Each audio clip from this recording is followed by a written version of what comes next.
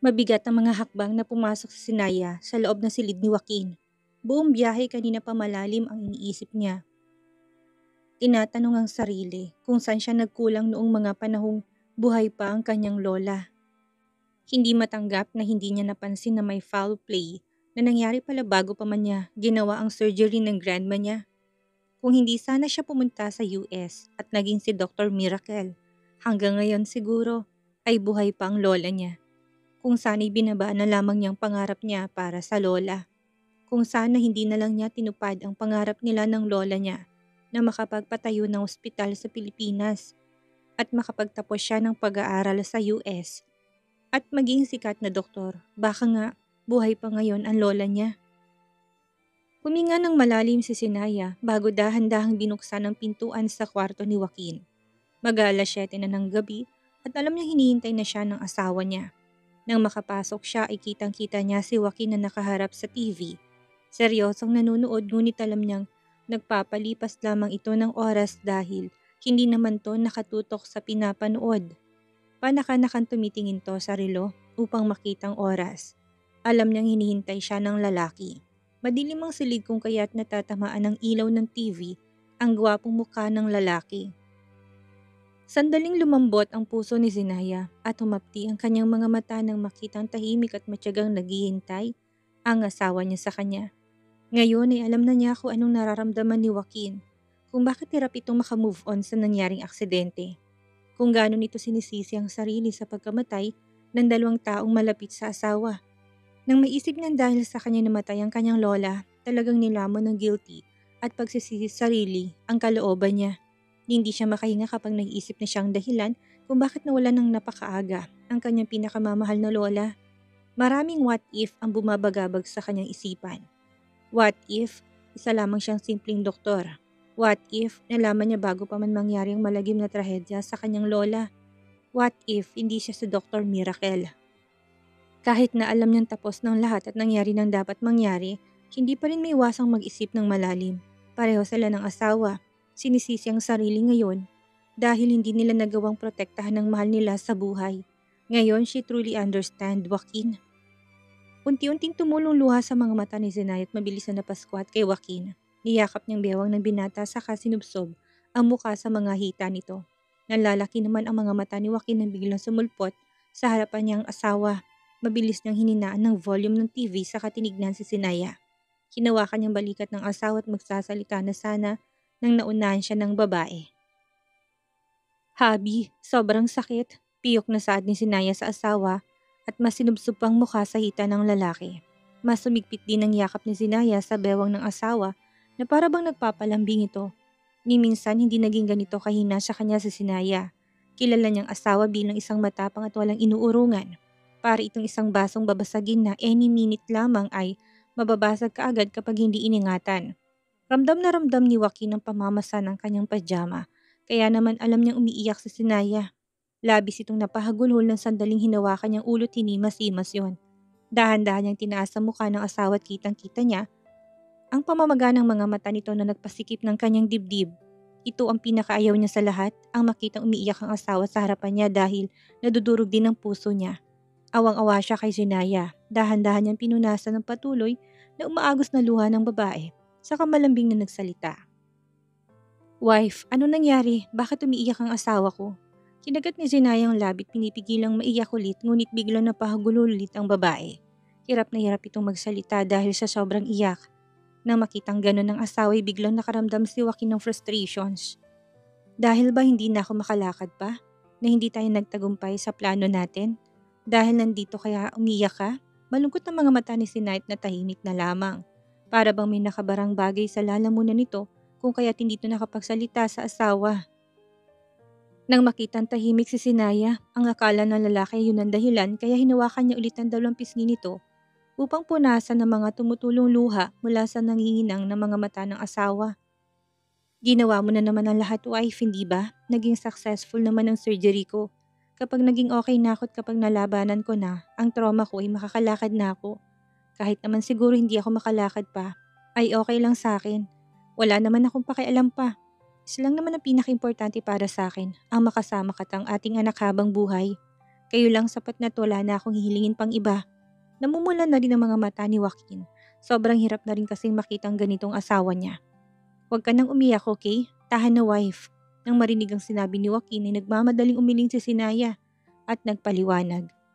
Hindi naman yun ang dahilan kung bakit ako ganito. Dahil yon sa aking lola.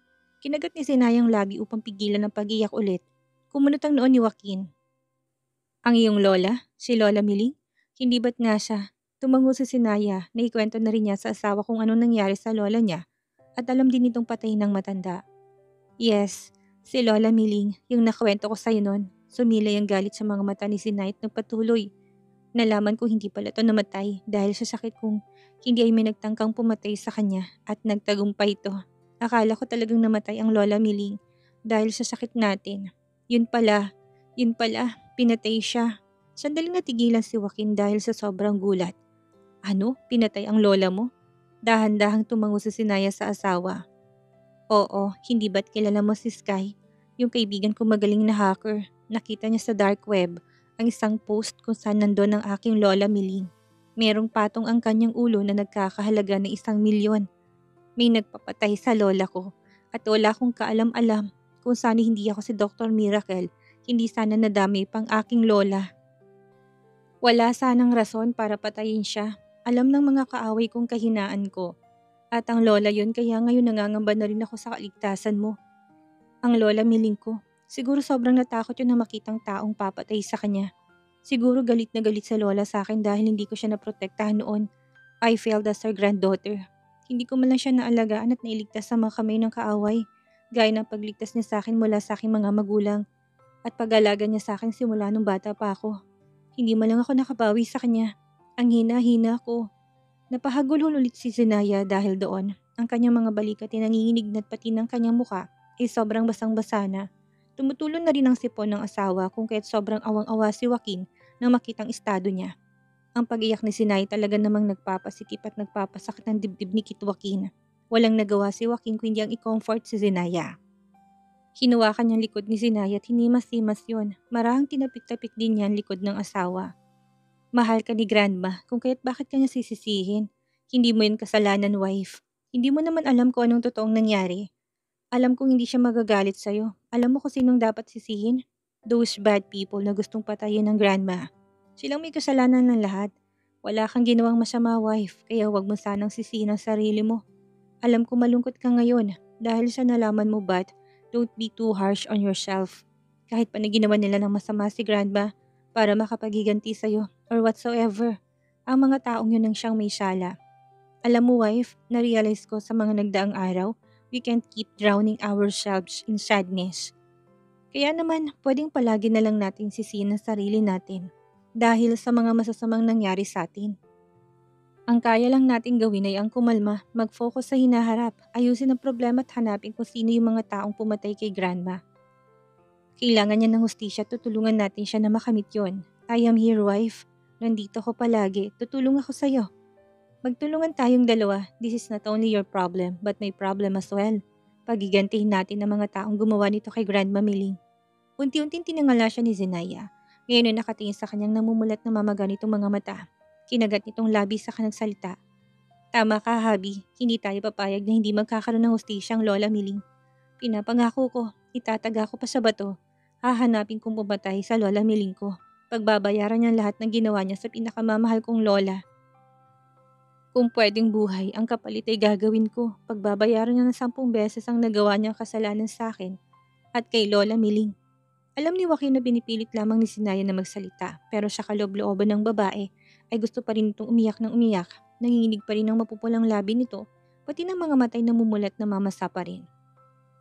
Napatango na lamang si Joaquin sa kamarahing halika ng noon ng asawa niya. Pasensya na, alam kong pinipigilan mong umiyak dahil sinabi kong tumahan ka. Ngunit mali pa rin. Alam kong nahihirapan ka ngayon, kaya wife, kung gusto mong umiyak, sige umiyak ka, hindi na kita pipigilan. Cry as much as you want to vent it out.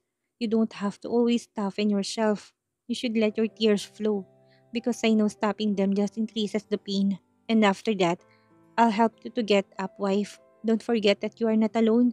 I am always here for you. You still have me." Matapos na marinig ang madamdaming sinabi ni Joaquin sa kanya noon na nag-breakdown ng kanyang sarili, nakita na lamang niya sarili na nakayakap sa leeg ng asawa at napasubsob ang ulo niya sa leeg nito. Doon siya nagiiyak na malakas. Para bang lahat ng pinipigilan niyang emosyon simula nung nalaman niyang totoong nangyari sa kanyang lola ay lumabas ng bigla. Doon na pumutok ang kanina pang emosyon. Tahimik lamang si Joaquin at wala ni salitang binigkas kay Zinaya. Hinayaan niya lamang ang asawang umiyak sa kanyang yakap. Marahan niyang tinapik-tapik ang likod nito na para bang isang sanggol na umiiyak at pinapatahan ng magulang. Hindi niya alam kung gaano yung katagal, ngunit na-realize niya na lang na wala na siyang naririnig na iyak. Naging tahimik ang silid. Dahan-dahang sinilip ni Joaquin ang asawa. Ngayon ay alam niya na nakatulog na si Zinaya. Dahil sa kakaiyak, nakaramdam siya ng awa nang makitang magandang mukha ng asawa. Ang mga mata nito'y magang-maga, habang ang ilong at pisngi naman ay sobrang pula. Dahan-dahan niyang kinuhang kumot na nasa gilid at pinulupot yun sa katawan ng asawa. Malamig na rin kasi ang loob ng silid kung kahit kailangan pa rin itong ng init. Kaya mahimbing ang pagtulog ng babae. Sa hindi inaasahang pagkakataon, nandun pala si Mrs. Anderson at nakatingin sa mag-asawa. Hindi man alam ni Mrs. Anderson kung bakit umiiyak si Sinaya, ngunit alam niyang may problema to. Nang makita niyang pinulupot ni Joaquin ang kumot sa katawan ng asawa ay napangiti siya ng matamis. Talagang mahal na mahal ng anak niyang asawa. Nakaramdam siya ng kilig pati ng lungkot dahil bigla niyang namiss ang kanyang namayapang asawa. Ganyan na ganyan din ang asawa sa kanya noon. Dahan-dahan niyang sinara ang pintuan at tinayaan na lamang ang mag-asawa sa loob na makapagpahinga. Ilang oras ang nakalipas. Naalimpungatan si Sinaya dahil sa ilaw na tumatama sa kanyang muka. Napapikit-pikit pa siya at napaunat, ngunit nang gawin niya yon ay narealize niyang nandun pala siya sa hita ni Joaquin. Nakaupo habang nakayakap ang braso niya sa leeg nito. Nang makita naman na lalaki na nagising ng asawa ay kagad na pinatay niya ang TV na kanina pa niya nililipat-lipat ang channel dahil wala siyang makitang magandang palabas. "Anong oras na?" Paus na tanong ni Sinaya sa asawa. Tinignan naman kaagad ni Joaquin ang relo niya na nasa pulsuhan. 9:00 na ng gabi, napaupo ng tuwid si Sinaya nang ma-realize na 2 oras mahigit na siyang nakatulog sa mga bisig ni Joaquin. Nang makita niyang nakapulupot na kumot sa kanyang katawan ay lumambot ang puso ni Zinaya. "Bakit hindi mo ako ginising? Baka nangalay ka na dyan, 2 oras mahigit mo akong pasan-pasan. Hindi ba sumakit ang mga hita mo?" Nag-aalalang tanong ni Zinaya at akmang alis na sana nang pigilan siya ng lalaki. "Sobrang himbing ng tulog mo kaya hindi na kita inistorbo. Isa pa, gusto ko naman na yakap-yakap kita." Unti-unting tumaas ang gilid ng labi ni Zinaya nang marinig ang dahilan ng asawa.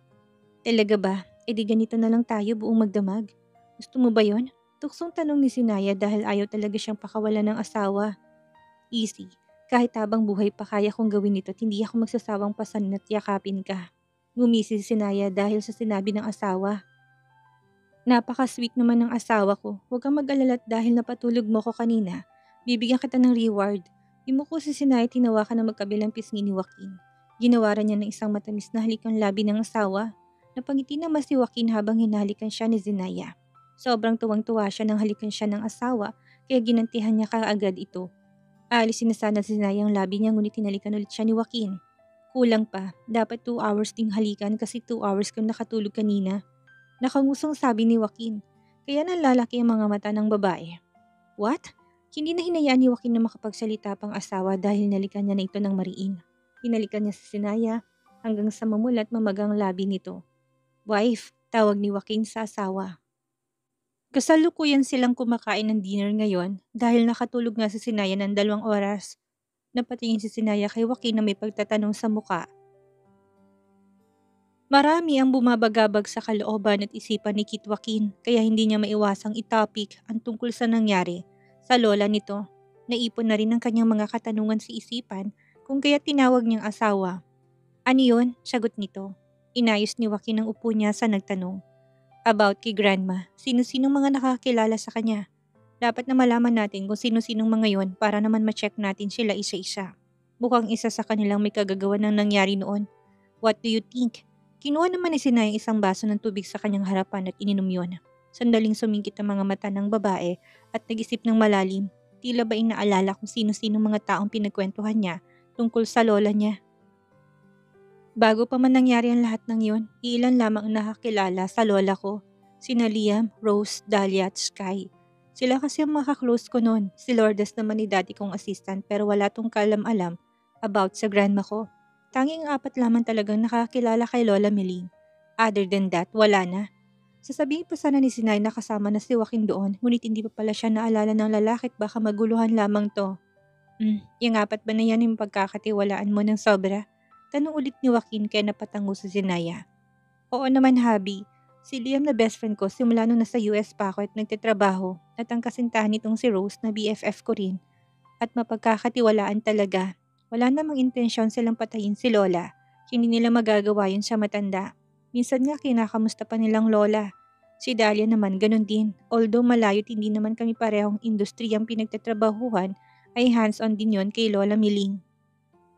Palagi nga nitong pinapadalhan si Lola ng goods mula sa abroad. Ano naman ang makukuha ni Dahlia para patayin ng Lola, hindi ba? Isa pa, close na close sila ng matanda. Ang huli naman si Sky. Biglang di naging komportable si Joaquin na marinig ang pangalang yon. Ang pangalang kasing yun ay minsan niya na narinig mula sa bibig ng asawa at alam niyang close na close ang dalawa. Hindi niya akalaing alam din na lalaki yun ang tunay na identity ng asawa. Ano naman si Sky? Tanong niya habang kinuyom ang kamao. Imposible, sambit ni Sinaya. Si Sky, napaka-loyal nun sa akin. Gagawin niyang lahat para lang maligtas ako sa panganib. Sa 4 siyang naisip kong hindi ako lolokohin at sasaktan. Confident ako hindi siyang taong pagpapatay kay Lola Miling. Nang makitang confident na mukha ng asawin na tahimik na lamang si Joaquin, tinitigan niya ito at kitang-kita niya ang mga mata ni Sinaya na puno ng tiwala sa lalaking yun. Nakaramdam ng selos si Joaquin ngunit kagad niya naman tong iwinaksi. Itinago niyang kanyang nararamdaman sa kanyang kaibuturan. Hindi ito ang panahon upang magselos siya sa lalaking yun.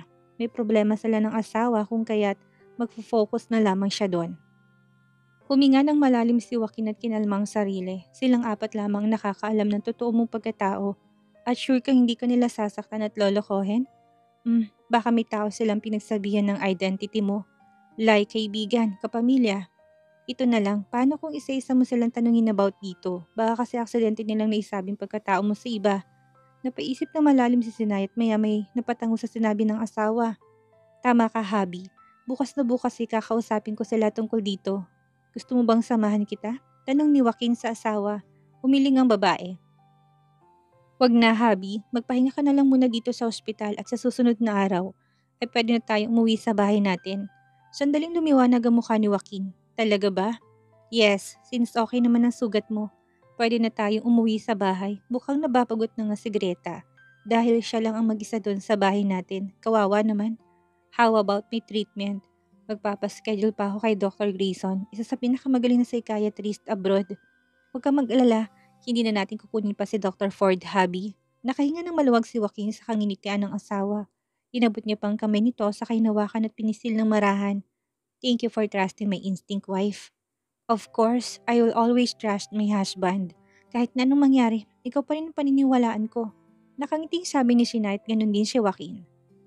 Kinabukasan agad na pinatawag ni Sinaya sina Liam at Rose upang masinsinang makausap ang magkasintahan. Anong meron, Bes? Bakit pinatawag mo kami ni Liam? Tanong ni Rose na makaupo ito sa mahabang sofa. Liam, love dapat? Pahabol naman na sabi ni Liam sa kasintahang si Rose. Gago, tumigil ka nga. Kita mo seryosong kaibigan natin dito eh. Sabi naman ni Rose kaya napatingin si Liam kay Zenaya. Nang makitang seryoso ngang babae, ay agad itong napaupo katabi ng kasintahan. Bakit mo nga pala kami pinatawag? May problema ba? Nag-aalalang tanong ni Liam. May itatanong lang sana ako sa inyo. Seryosong bagay ito at gusto kong sabihin niyo sa akin ang totoo. Habang nasa US kayo, may pinagsabihan ba kayo tungkol sa pagkatao ko? Like, nadulas kayong sabihin, either kamag-anak o kaibigan niyo. Meron ba? Seryosong tanong ni Zinaya sa dalawa. Nang marinig ang sinabi ni Sinay, nagkatitigan naman ang dalawang magkasintahan. Sandaling nag-isip ng malalim at napailing ng sabay. Wala akong maalalang pinagsabihan ng identity mo. Ako rin, Bes. Alam mo naman na kahit matabil akong tao, ni minsan, hindi ako nadudulas na sabihin sa ibang identity mo. Alam namin kung gaano mo sinikretong tungkol sa katauhan mo noon, kaya wala akong napagsabihan talaga. Tama si Love, Sinaya. Kahit ako ingat din na tawagin ka sa totoong pangalan mo sa US noon. Pareho pa tayong nasa ospital na pinagtatrabahuhan. Hindi ko nga sinabi kung anong bansa ka nang galing. Totoong pagkatao mo pa kaya? Nang marinig ang rason ng dalawa at nakita niyang confident naman ng mga to, sa salita niya napatango na lamang si Sinaya. So paano nga na-expose ang identity niya kahit nahalugugin pa ni Sky ang CCTV footage doon sa ospital na pinagtatrabahuan natin ay sure ako na wala akong pinagsabihang pasyente o katrabaho natin tungkol sa pagkatao mo, Zenaya. Patuloy pa ni Liam. Alam kasi nilang hinak ni Sky ang mga CCTV footage ng ospital na yon para lang masiguradong hindi ma-expose ang totoong katauhan ni Zenaya sa buong mundo. Mas lalo sumakit ang ulo ni Zenaya habang naisip ang mga yon. Talagang napakahirap isipin kung paano na-expose ang identity niya sa ibagay nag-iingat naman sila. Kumunot ang noon ng dalawa niyang kaibigan na makitang biglang namroblema ang babae. May problema ba, Bes? May nangyari ba? Nag-aalalang tanong ni Rose at nilapitan siya. Tumango na lamang si Sinay habang hinihilot ang sumasakit niyang sentido. Sabihin mo sa amin ang nangyari. Baka makatulong kami.